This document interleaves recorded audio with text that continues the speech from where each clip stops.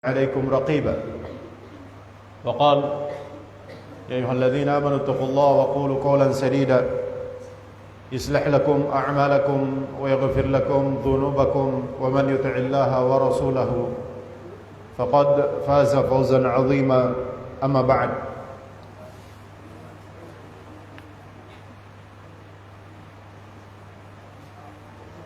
فإن خير الكلام كلام الله وخير الهدى هدى نبينا محمد صلى الله عليه وسلم وشر الأمور محدثاتها فإن كل محدثة بدعة وكل بدعة ضلالة وكل ضلالة في النار أما بعد. Para tulab yang dirahmati oleh Allah Subhanahu wa taala, tentunya senantiasa kita bersyukur atas segala karunia dan nikmat yang Allah Subhanahu wa taala berikan kepada kita. Kemudian salawat dan salam tak lupa kita selalu mengucapkannya kepada qudwah serta teladan kita, Nabi kita Muhammad sallallahu alaihi wasallam. Allahumma salli ala Muhammad wa ala ali Muhammad. Baik, malam hari ini insyaAllah kita menyambung kembali bahasan kita daripada kitab Al-Wajiz fi Fiqh Sunnah wal Kitabil Aziz, dan kita sampai pada poin apa? Kemarin terakhir sampai di mana? Ya, tata cara mensucikan najis. Baik. Jadi kita sampai pada kaifiyat tathhirun najasat, ya. Ya, betul.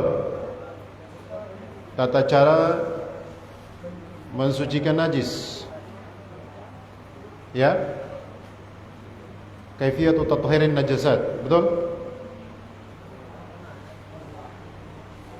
Pertama, kita sudah bahas kemarin cara mensucikan kulit bangkai, baik, yaitu biddibagh, dengan disamak, dengan cara disamak. Hal ini sebagaimana riwayat daripada Ibnu Abbas radhiyallahu taala anhu. Ibnu Abbas mengatakan qal sami'tu Rasulullah sallallahu alaihi wasallam, aku telah mendengar Rasulullah sallallahu alaihi wasallam bersabda bahwasanya ayyuma ihabin dubigha faqad tahura, kulit yang mana saja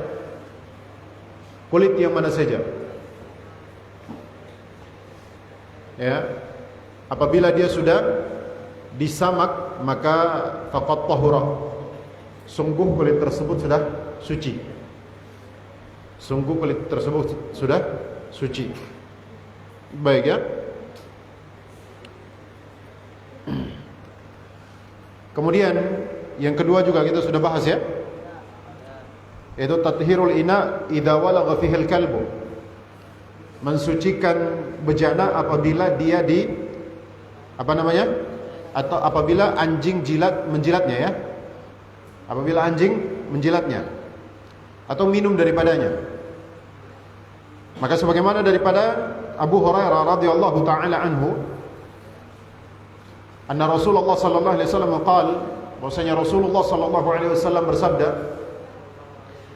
tahuru ina'i ahadikum idza walagha fihi al-kalbu, bahwasanya sucinya bejana salah seorang daripada kalian apabila walagha fihi al-kalbu, yaitu dijilat oleh anjing. Maka Rasul memberikan cara ayyaghsilahu sab'a marrat ulahunna bit-turab, hendaklah dia mencucinya sebanyak 7 cucian. Yang pertama daripada 7 cucian itu dicampur menggunakan tanah. Tanah yang dimaksud di sini tanah yang mana saja. Tidak harus tanah merah. Allahu a'lam bishawab. Selama tanah tersebut tidak terdapat padanya najis. Allahu a'lam bishawab. Baik. Kemudian yang ketiga, yaitu tathhirut thawbi idza asabahu damul haid. Mensucikan pakaian apabila terkena darah haid. Sebagaimana dari Asma binti Abi Bakar radhiyallahu anhuma, dia mengatakan ja'at imra'atun ila Nabi sallallahu alaihi wasallam, bahwasanya seorang wanita telah datang kepada Nabi sallallahu alaihi wasallam. Faqalat, maka wanita tersebut kemudian dia bertanya kepada Rasulullah sallallahu alaihi wasallam, ihdana yusibu thawbaha min damil haidah. Salah seorang wanita daripada kami, pakaiannya itu terkena darah haid. Kaifa tasna, maka bagaimana caranya dia mensucikan pakaian yang terkena darah haid tersebut? Maka Rasulullah sallallahu alaihi wasallam bersabda, tahuttuhu thumma taqrusuhu bil ma'i thumma tandahuhu thumma tusalli fihi. Kata Rasulullah sallallahu alaihi wasallam, hendaklah dia apa? Mengeriknya. Mengerik apabila darah tersebut sudah kering. Apabila darah tersebut sudah kering. Thumma taqrusuhu bil ma'. Kemudian dia hendaklah apa?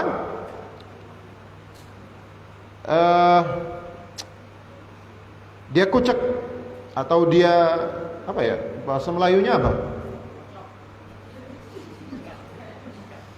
Disikat ya, atau disikat menggunakan air, atau dikucek-kucek menggunakan air. Tsumma tandahuhu, kemudian apa namanya? Dia guyur, yaitu maksudnya dia apa, peras, dia keringkan, ya, dia diperas. Setelah itu baru hendaklah digunakan untuk sholat. Digunakan untuk sholat. Kata Syekh, wa in baqiya ba'da dzalika atharun fala ba's. Dan apabila setelah dia menguceknya, dia mencucinya menggunakan air, lalu masih tersisa, ya, karena darah meskipun kita menggunakan sabun masih tersisa kadang warnanya, ya, masih tersisa kadang warnanya. Apalagi di zaman dahulu tidak ada deterjen, maka Rasul suruh mencuci di sini, mencuci menggunakan air, ya, cuci sebagaimana adat kebiasaan mereka dahulu. Cara mencuci sebagaimana adat kebiasaan mereka dahulu, yaitu cuci dengan air saja. Nah, kalau sekarang kita bisa menggunakan apa? Deterjen ataupun sabun. Maka apabila setelah kita mencuci, kita menguceknya sudah, tapi masih ada bekasnya, misal contoh warnanya ataupun baunya, masih ada sisanya, maka tidak masalah ini. Itu tidak masalah. Yang penting adalah dia sudah mencucinya, kata para ulama. Dia sudah melakukan satu usaha untuk membersihkannya, mengerahkan kemampuan dia untuk membersihkan apa namanya? Atharun najasa itu. Ya, bekas daripada najis itu atau najis tersebut. Kalau masih ketika dia sudah usaha masih ada sisanya, maka fala ba's, itu tidak masalah. Tidak masalah. Wallahu a'lam bissawab. Sebagaimana hadis daripada Abu Hurairah radhiyallahu taala anhu, anna Khawlah bint Yasar, bahwasanya Khawlah binti Yasar, dia mengatakan atau dia bertanya kepada Rasulullah sallallahu alaihi wasallam, laisa li thawbun Laisa li illa thawbun wahidun. Aku tidak memiliki kecuali satu pakaian. Aku tidak memiliki kecuali satu pakaian. Wa ana ahyudu fihi, sedangkan aku kalau haid pada pakaian tersebut. Haid pada pakaian tersebut. Fa kaifa asna, maka bagaimana cara aku membersihkan pakaianku yang terkena darah haid tersebut? Ini Khawlah binti Yasar bertanya kepada Rasulullah sallallahu alaihi wasallam. Maka Rasul mengatakan, idza tahurti, apabila kau sudah suci daripada darah haid, maksudnya darah haidmu sudah berhenti, faghsili mawdi'ad dam thumma salli fihi, maka cucilah tempat yang terkena daripada darah haid tersebut. Maka dilihat, misal contoh ya, di bagian bokong bajunya, misal contoh, atau di sarungnya terkena, maka terkena pada bagian tersebut, maka dicuci pada bagian itu saja. Dicuci pada bagian itu saja. Ini bentuk kemudahan syariat. Tidak perlu dicuci semuanya. Ini bentuk kemudahan syariat. Dan ini sebagai dalil yang menunjukkan kecerdasan dan ketelitian Rasul kita Muhammad sallallahu alaihi wasallam dalam merealisasikan firman Allah, yuridullahu bikumul yusra wa la yuridu bikumul usra. Sungguh Allah ingin kemudahan bagi kalian, dan Allah tidak menginginkan satu kesulitan bagi kalian. Basyiru wa la tunaffiru, yassiru wa la tu'assiru, basyiru wa la tunaffiru. Permudah, jangan persulit. Jadi kalau kita, misal ada orang bertanya kepada kita, kita lihat keadaan orang tersebut. Maka hendaklah kita memberikan sebuah pandangan berdasarkan syariat tanpa mempersulit orang lain. Wallahu a'lam bishawab. Baik ya. Maka Rasulullah SAW mengatakan, idza tahurti, apabila kamu sudah suci daripada haid, maksudnya sudah suci, sudah mandi selesai, darah haid sudah berhenti, sudah mandi, faghsili mawdi'ad dam, maka cucilah bagian pakaian yang terkena daripada darah haid itu saja. Thumma salli fihi, kemudian kamu sholat padanya. Jadi tidak perlu mencuci semuanya. Ya, Khawlah binti Yasar ini dia bertanya karena dia memiliki satu pakaian saja. Maka Rasul sallallahu alaihi wasallam memberikan kemudahan. Karena kalau dicuci semuanya basah, otomatis ya. Basah ya. Maka Rasul mengajarkan, dilihat itu bagian yang terkena darah haid yang mana, disitulah yang dicuci. Allahu a'lam bishawab. Qalat, maka Khawlah berkata, ya Rasulullah, wahai Rasulullah, illam yakhruj atharuhu, apabila bekasnya tidak hilang semuanya. Bekasnya tidak hilang semuanya, maksudnya sisa darah haid itu masih ada setelah dicuci. Sudah dikucek-kucek, sudah pakaikan sabun, tapi masih ada. Baunya ataupun warnanya masih ada. Masih ada. Maka kata Rasulullah sallallahu alaihi wasallam, yakfikil ma, cukup untukmu air, wala yadurruki atharuhu, dan tidak memudaratimu bekas daripada darah haid tersebut setelah kamu sudah mencuci. Nah, ini kemudahan syariat. Wallahu a'lam bishawab. Yang penting kita sudah usaha. Yang penting sudah mengerahkan kemampuan untuk membersihkan. Maka jika ada bekasnya, fala ba's, maka itu tidak masalah. Wallahu alam bishawab. Kemudian cara mensucikan tathiru dhaili thawbil mar'ah, membersihkan ataupun mensucikan ujung pakaian para wanita, ujung pakaiannya bagian bawah. Sebagaimana daripada Ummu Walad Ibrahim ibni Abdurrahman bin Auf, annaha sa'alat Ummu Salamah, ya, bahwasanya dia bertanya kepada Ummu Salamah, istri Nabi sallallahu alaihi wasallam. Maka Ummu Salamah mengatakan, inni mura'atun utilu dhaili, aku adalah seorang wanita yang selalu memanjangkan, utilu dhaili, bagian ujung pakaianku. Nah, ini yang harus dipahami oleh para wanita. Nah, jadi kalau kalian punya saudari wanita yang sudah beranjak balighah, ya, sudah beranjak balighah, atau kalian tentunya punya seorang ibu, maka jelaskan kepada mereka bahwasanya pakaian wanita itu hendaklah dipanjangkan di bawah mata kaki, bukan di atas mata kaki. Dan ingat bahwasanya kaos kaki itu tidak menutup aurat. Apalagi kaos kaki seperti sekarang itu, dia memiliki warna yang sama seperti warna kulit.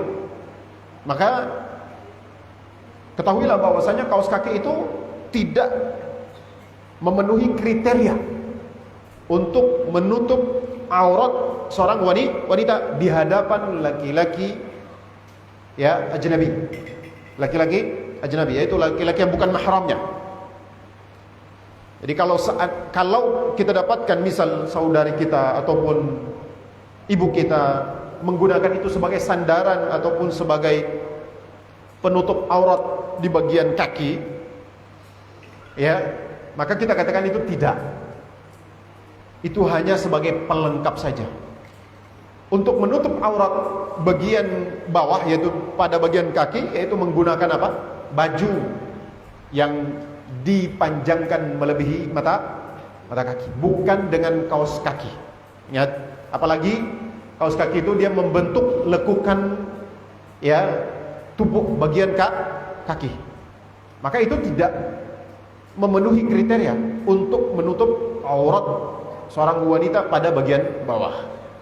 Ya, kebanyakan para wanita saat ini, ya, mereka bersandar pada kaos kaki, sehingga pakaiannya mereka naikkan di atas mata kaki. Mereka anggap bahwasanya menggunakan kaos kaki itu sudah menutup aurat pada bagian kaki. Kita katakan ini tidak. Wallahu a'lam bishawab. Lihat Ummu Salamah, beliau mengatakan, inni mar'atun utilu dhaili, aku seorang wanita yang memanjangkan ujung pakaian, ya, wa amshi fil makanil qadhiri, dan aku berjalan pada tempat-tempat yang dia itu kotor. Tempat kotor bisa jadi tempat yang ada padanya najis. Maka faqalat Ummu Salamah, maka Ummu Salamah bukan Ummu Walad, ya, Ummu Walad bertanya kepada Ummu Salamah, Ummu Walad bertanya kepada Ummu Salamah, bahwasanya aku seorang wanita yang selalu memanjangkan ujung pakaianku, dan aku berjalan pada tempat yang, ya, kotor, tempat yang kotor. Bisa jadi ada kotoran, ada najis.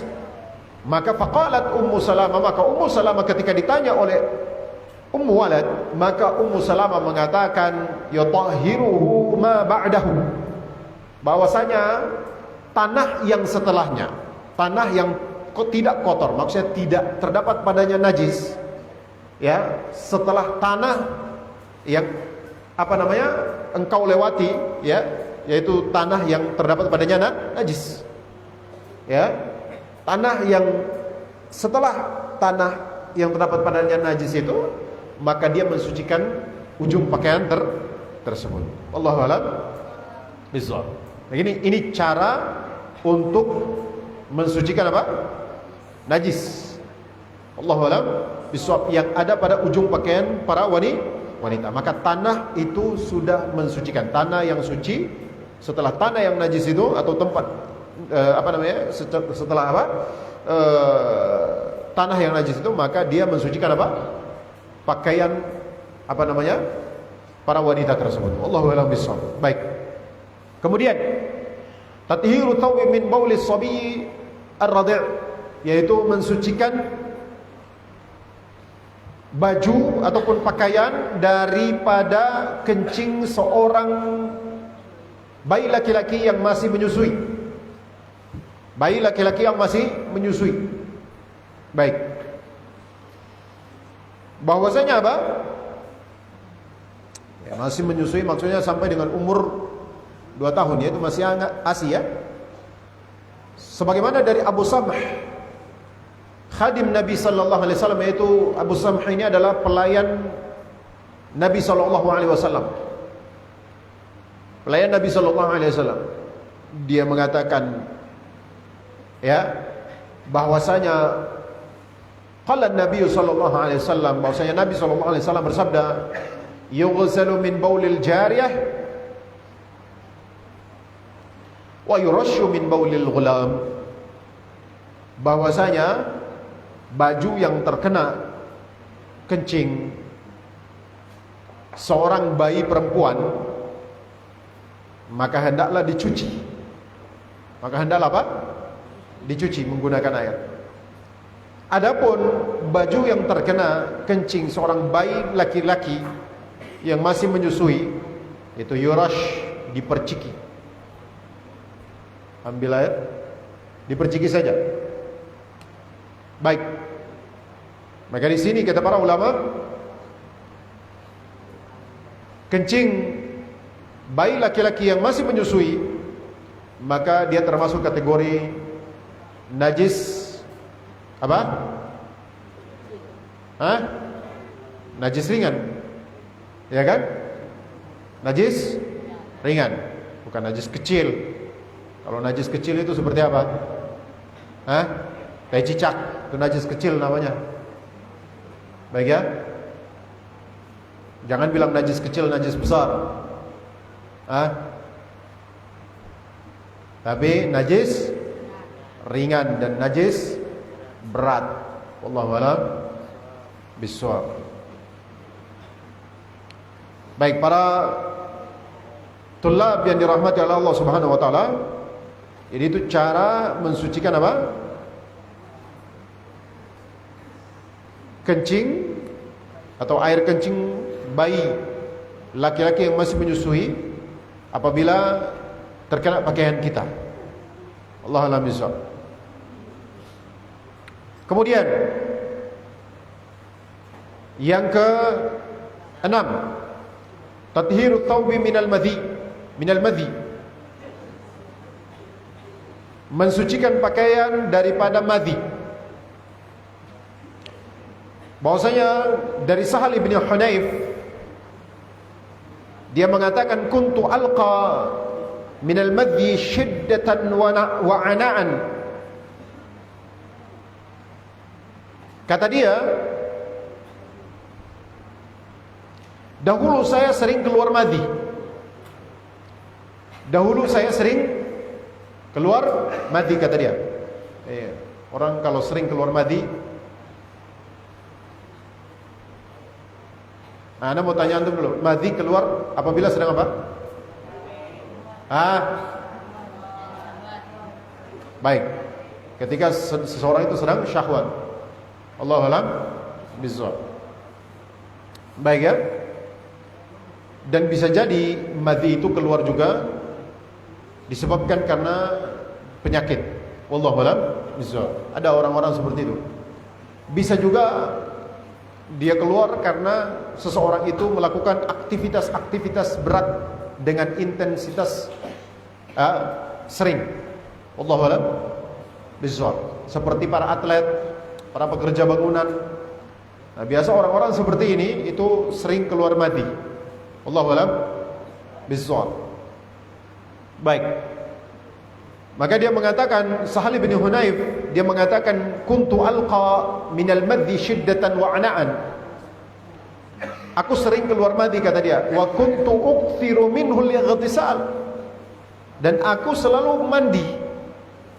Aku selalu mandi kalau keluar madhi. Fadzakartu dzalika li Rasulillah sallallahu alaihi wasallam. Maka kemudian hal itu aku ceritakan kepada Rasulullah sallallahu alaihi wasallam. Faqal, maka Rasulullah sallallahu alaihi wasallam mengatakan, jangan main. Jangan main.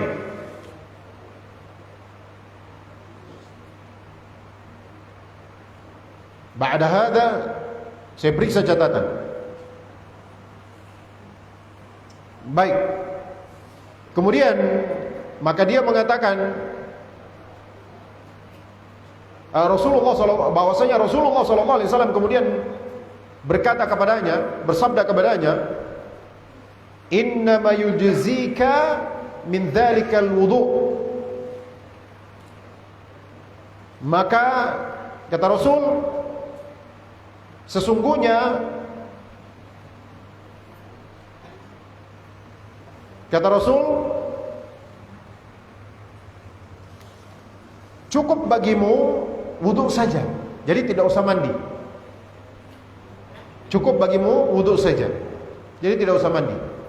Ini dalil juga menjelaskan bahwasanya kalau orang keluar madhi itu tidak, ya, syariatnya itu adalah wudu saja, maka sudah cukup bagi dia untuk mensucikan dia daripada hadas tersebut, dari hadas.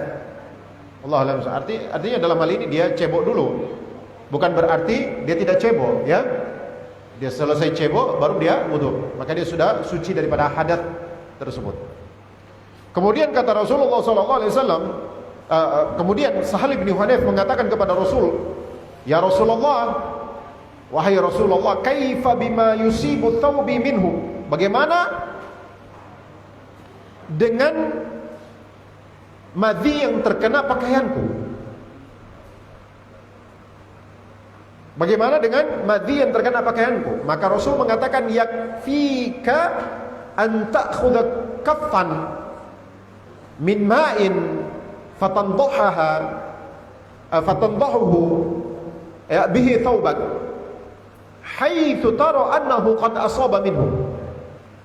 Kata Rasulullah sallallahu alaihi wasallam, cukup bagimu untuk mengambil satu telapak air, satu telapak ini, ya, air,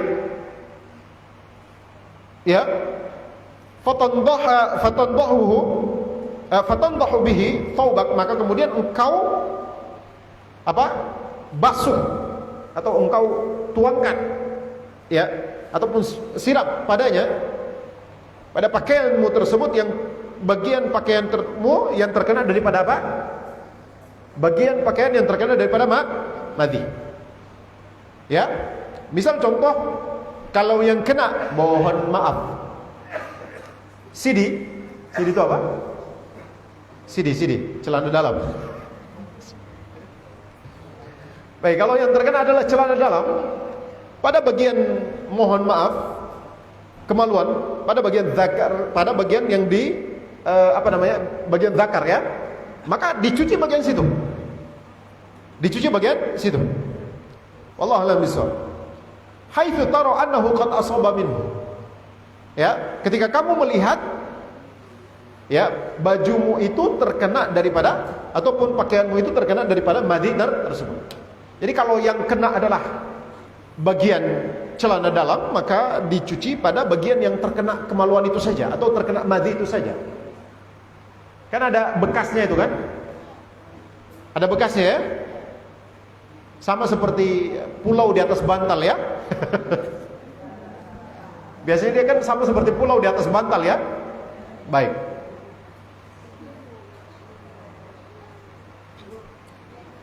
Baik, para tulab yang dirahmati Allah Subhanahu wa taala. Jangan berkumpul. Apa yang kalian lakukan? Berkumpul seperti itu. Lihat ke belakang. Semua taruh itu pulpen, simak ke sini. Pas saya baca baru catat. Setelah itu Atau ketika saya jelaskan tidak boleh ada yang mencatat.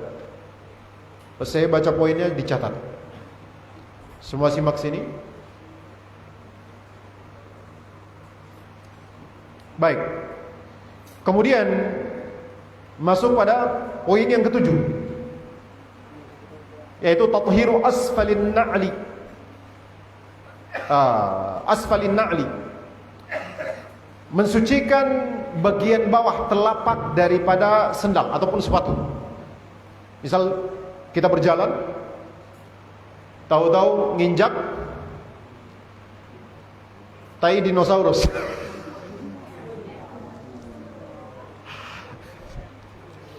Bukan tai dinosaurus. Baik, kita nginjak kotoran manusia yang besarnya seperti tai dinosaurus, tapi terkena sendal kita aja gitu ya, telapak daripada sendal ataupun sepatu. Baik,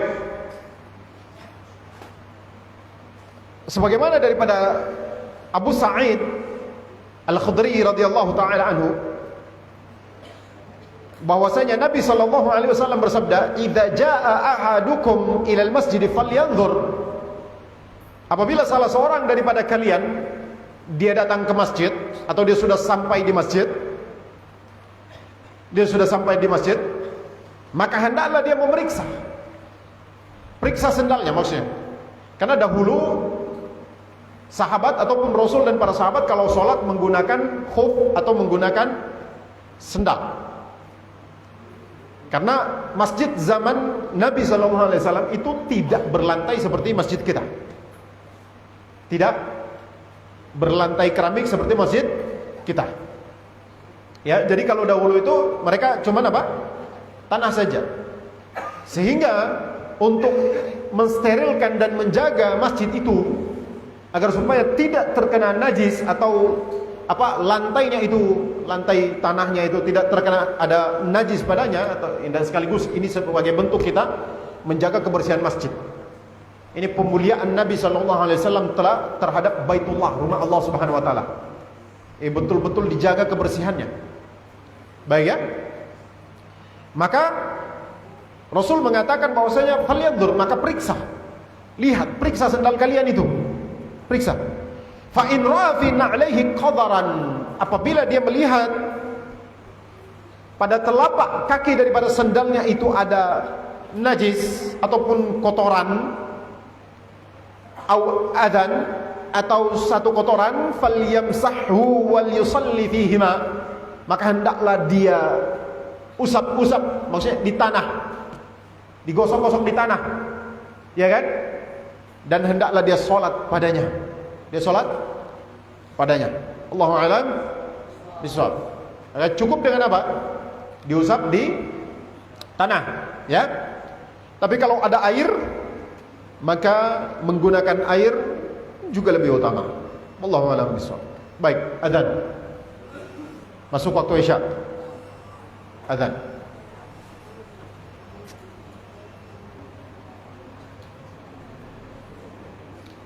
Saya pakai tanja.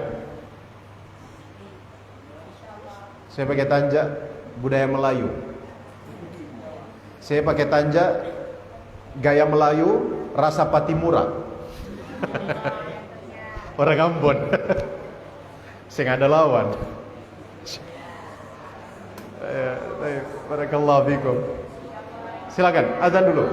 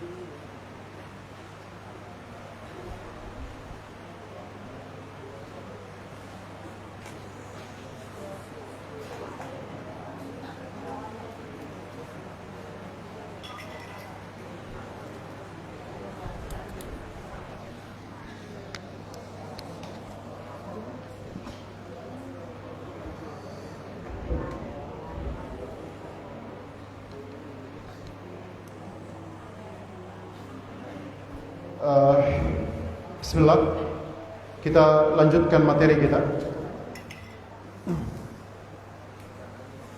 Baik, para tulab yang dirahmati oleh Allah Subhanahu wa taala,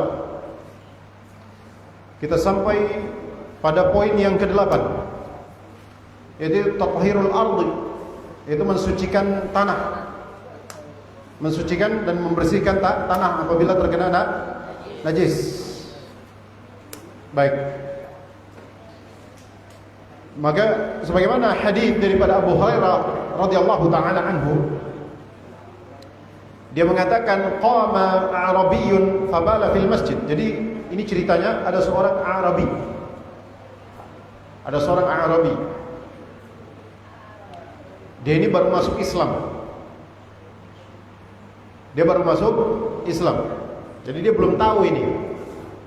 Dia belum tahu bahwasanya kencing di masjid itu tidak boleh. Maka kemudian dia setelah masuk Islam, dia ini rasa kencing. Dia cari pojok masjid, atau dia pergi ke pojok masjid, lalu dia kencing di situ. Fabala fil masjid, maka kemudian dia kencing di masjid, salah satu pojok masjid. Maka fatanawaluhu an-nas. Maka kemudian orang-orang mengerumuni dia. Orang-orang mengerumuni dia. Faqala lahumun Nabi sallallahu alaihi wasallam.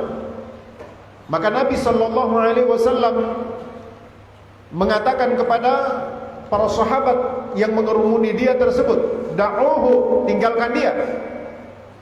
Wahariqu ala baulihi sajjalan min ma'in. Kata Nabi SAW, dan siramlah kencingnya dengan seember daripada air. Au dhanuban min ma'in. Kata Nabi, fa inna ma bu'ithum muyassirina wa la tub'atsu mu'assirina. Sesungguhnya kalian diutus ya sebagai orang yang memberikan kemudahan, dan kalian tidaklah diutus sebagai orang yang menyulitkan. Artinya di sini sama seperti Anda bilang. Kita lihat keadaan dan kondisi. Ya, kita lihat keadaan dan kondisi. Wallahu a'lam bissawab. Ya, misal contoh seperti orang yang baru masuk Islam, jelaskan ke dia. Jangan langsung dihardik, jangan langsung dicaci, apalagi ambil batu langsung atau ambil rotan langsung dipukul, kayu langsung dipukul. Lah, adalah juz. Nah, kita harus teliti dan cerdas dalam melihat sesuatu. Wallahu a'lam bishawab. Sehingga para ulama ketika mereka membahas terkait dengan hadis ini, maka mereka mengatakan bahwasanya di antara kaidah dalam dakwah itu adalah fawaid. Ini faedah daripada hadis ini. Maka di sini ada kaidah dakwah yang sangat mendasar, yaitu dar'ul mafasid muqaddam ala jalbil masalih. Menolak sebuah madarat itu lebih didahulukan daripada mendatangkan sebuah kemaslahatan. Selama misal contoh ya, Anda memberikan sebuah contoh sederhana. Misal contoh, kita pengen mengamalkan satu sunnah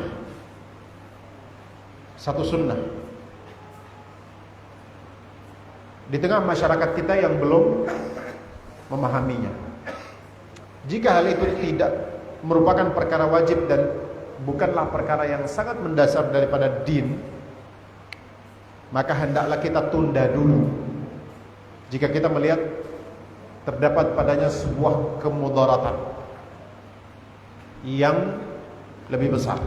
Allahu a'lam bishawab. Sembari kita menjelaskan kepada mereka dan menerangkan kepada mereka tentang kedudukan daripada sunnah tersebut. Apabila mereka sudah paham, maka hendaklah kita amalkan. Wallahu a'lam bishawab. Allahu a'lam bishawab. Baik ya. Ini diantara bentuk hikmah ataupun bijaksana dalam dakwah. Wallahu a'lam bishawab. Baik.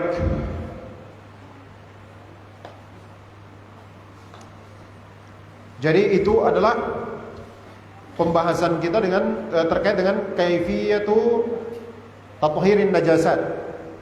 Tata cara untuk mensucikan najis. Ada 8 poin semuanya. Wallahu a'lam bishawab. Kemudian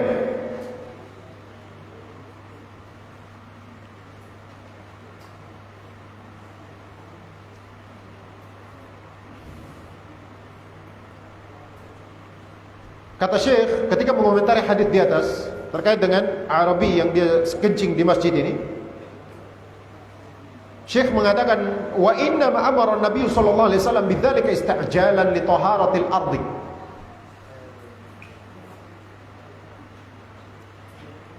Dan bahwasanya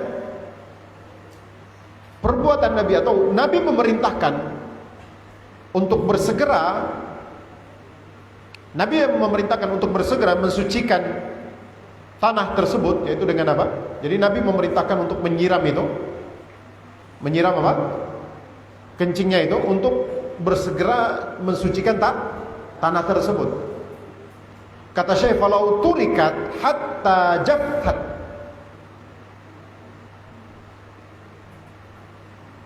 Kalau seandainya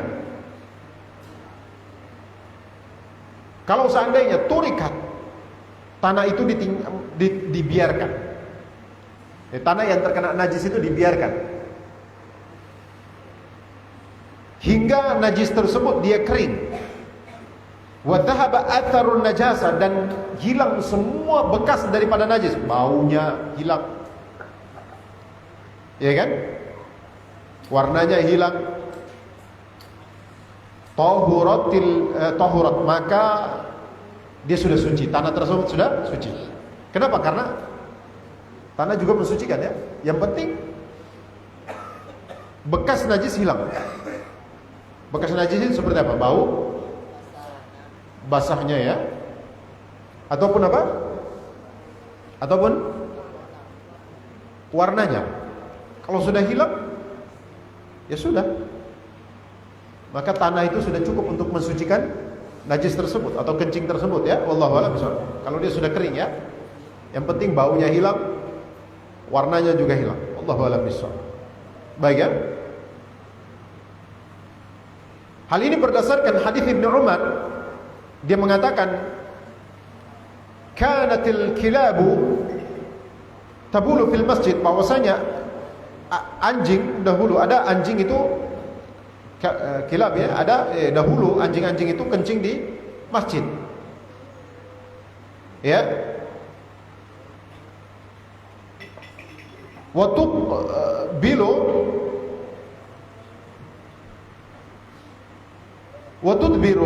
zaman Rasulullah sallallahu alaihi wasallam, dia kencing di dalam masjid ataupun di sekitar masjid di zaman Rasulullah sallallahu alaihi wasallam. Falam yakunu yurashshuna syai'an, maka bekas kencing daripada anjing itu tidak diperciki atau tidak disiram sama sekali dengan sesuatu. Artinya kalau dia kering ya sudah selesai. Ini diantara dalil Allahu bisawab ya, yang menjelaskan bahwasanya kalau seandainya air kencing itu yang ada di tanah dia kering, hilang bekasnya, maka itu sudah cukup untuk mensucikan. Artinya tanah itu sudah mensucikan dia. Wallahu a'lam bishawab. Allahu a'lam bishawab. Ikhwan rahimani wa rahimakumullah. Dan kata Syekh, wa minal ma'lumi anna an-najasata law kanat, stop dengan main itu.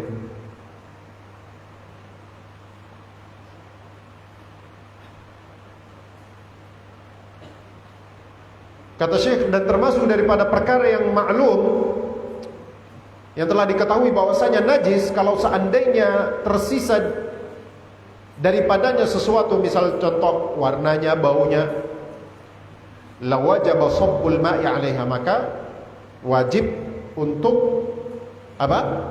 Menuangkan air padanya, itu disiram dengan air agar supaya menghilangkan apa?